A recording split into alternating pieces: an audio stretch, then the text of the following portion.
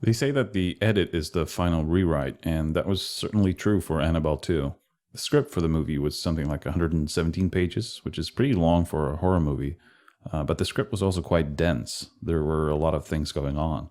The first cut of the film was over 2 hours, and it just felt too long.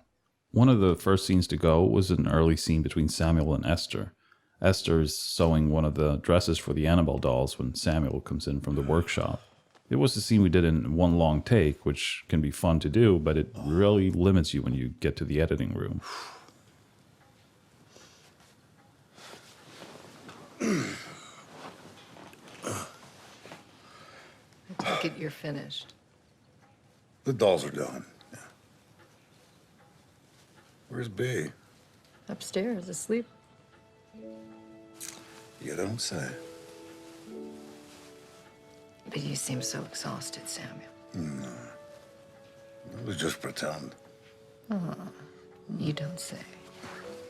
The point of the scene was just to show the happy times before everything went bad, but it felt like we got that from the other scenes, and this just made a long beginning even longer. One of the bigger changes was cutting out Sister Charlotte's backstory. Originally, we found out that Charlotte had lost a child of her own. We had a scene where she tells Mrs. Mullins how she got pregnant, and because she was a nun, or becoming a nun, she gave the child up. She later found out that her son had died at the age of 7 when he fell through a frozen lake and got trapped underneath the ice. This would come back and haunt her in 2 scenes. I have to. The first time, she wakes up in the middle of the night when she hears scratching underneath her bed.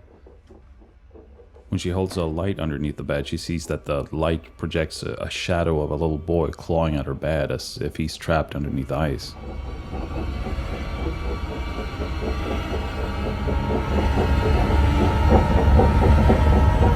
Mommy? The second time was towards the end when Janice takes the form of her son and berates Charlotte for giving him up. A version of this scene is of course still in the film, but we only used footage of Janice. Why'd you give me away? Padre nuestro que estás en el cielo, santificado sea tu nombre. Where were you? Venga a nosotros tu reino. When I was trapped on the ice and drowning. Hágase tu voluntad aquí en la tierra You como should have saved me. Another scene with Charlotte that we cut took place during the first night in the house. Charlotte walks downstairs, hears what sounds like a child's laughter, and goes to investigate.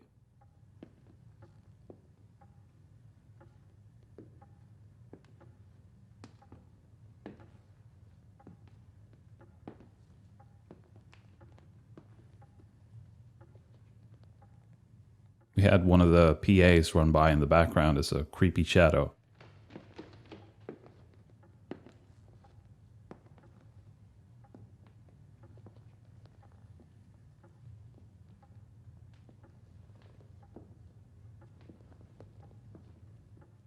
There's some nice looking images in this scene as Charlotte walks through the house and she almost gets a peek at Mrs. Mullins.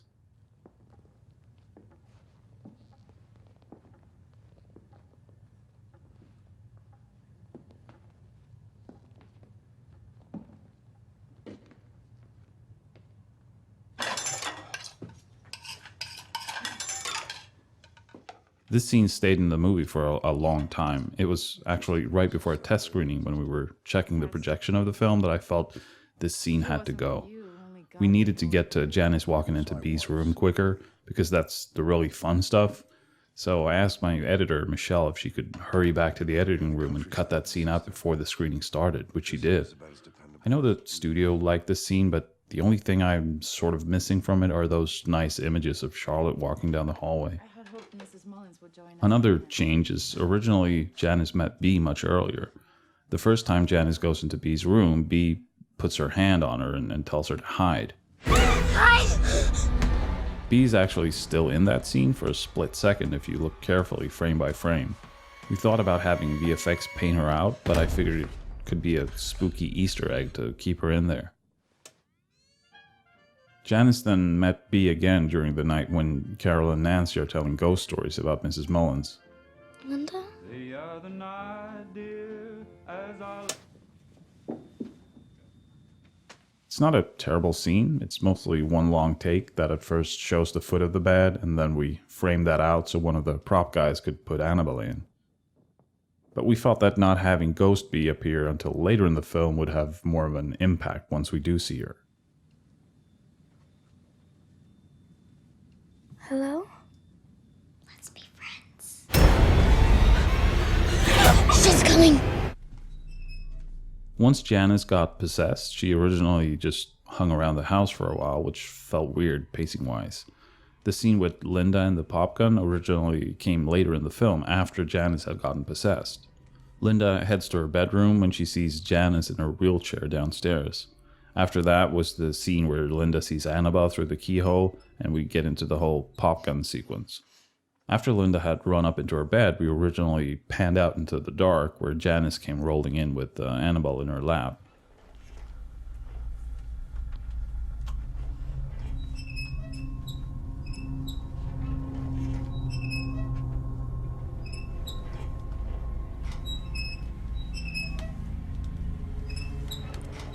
Lulu and Talitha did a great job as always, but I never really liked the scene. Janice?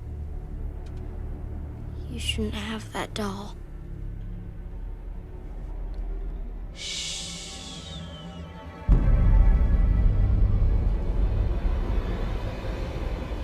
Janice? Janice eventually gets into the lower bunk. Linda decides to peek down, and that's when she sees Annabelle grabbed by a demon hand. So Linda seeing footprints was a later addition. The next day, Linda goes downstairs and discovers that everyone else has gone into town. It's just her and Janice alone in the house. Not wanting to be in the house with creepy Janice, Linda eventually goes out onto the porch where Mr. Mullins finds her.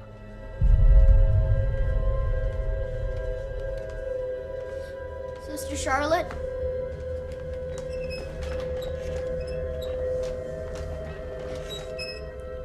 You slept late, Linda. Where's everyone else? Since I wanted to move the popgun scene to earlier in the film, we needed to bridge the scene where Carol tells Linda to go to bed and the scene where Linda is sitting on the porch. We had shot the house during the night when Linda went to the well, and we'd shot it during the day from almost the same position. VFX were able to make the two shots line up perfectly and then add a cool transition from night to day. Now it looks so good, it seems like we always planned it that way. Another thing we got rid of to speed things up once Janet got possessed was a scene where, after Mr. Mullins gets killed, Mrs. Mullins tells Charlotte that they have to leave the next day. They're not welcome in the house anymore. Mrs. Mullins. Leave! You and the girls! You need to leave tonight! Mrs. Mullins, please. The girls are crying because that means they will now get split up and sent to different orphanages. Carol enters the room, and for once, she's not a bitch and tells Linda that they're all family. That's one thing I was sad to see go, a scene that showed Carol not always being a total bitch. Hey. Don't worry. We're leaving here, but we're staying together. Because we're family. And that's what families do. A scene that was cut was Mrs. Mullins meeting the demon. Before the girls find her dead, we had her getting a Bible yanked out of her hands. It lands next to Annabelle that starts floating up into the air, kind of like she does in Annabelle 1, and we see that it's actually the demon holding on to Annabelle. It simply wasn't a great scene, so we took it out.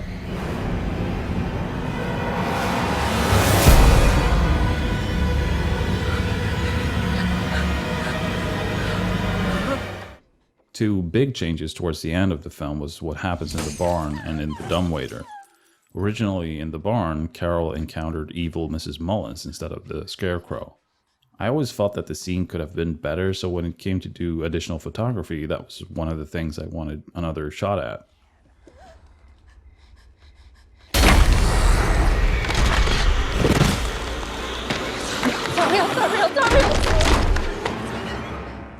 Although Alicia as evil Mrs. Mullins was kind of cool.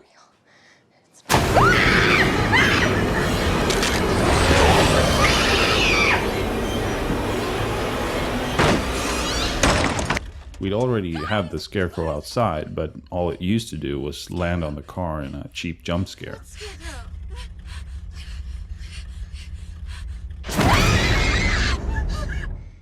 What originally happened in the dumbwaiter was also an encounter with evil Mrs. Mullins. Linda never made it into the room downstairs. Instead, evil Mrs. Mullins came crawling into the dumbwaiter shaft.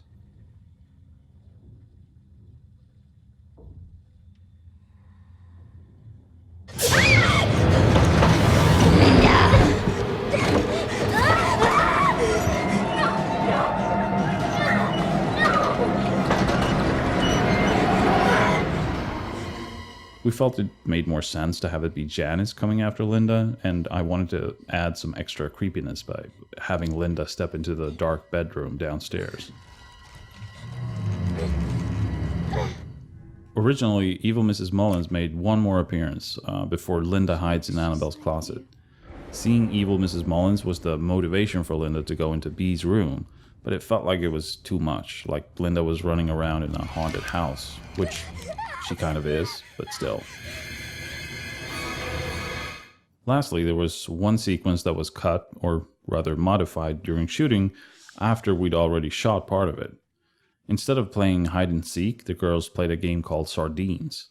The difference being that once you find the person hiding, you hide with them. So eventually there's only one person looking and everyone else is packed like sardines in a hiding place. We only shot the hiding girls being found in a closet by Charlotte before we realized that it was way too much setup with explaining what sardines was and everything, so we had to simplify. Instead, we got one more scene of Carol being a huge bitch.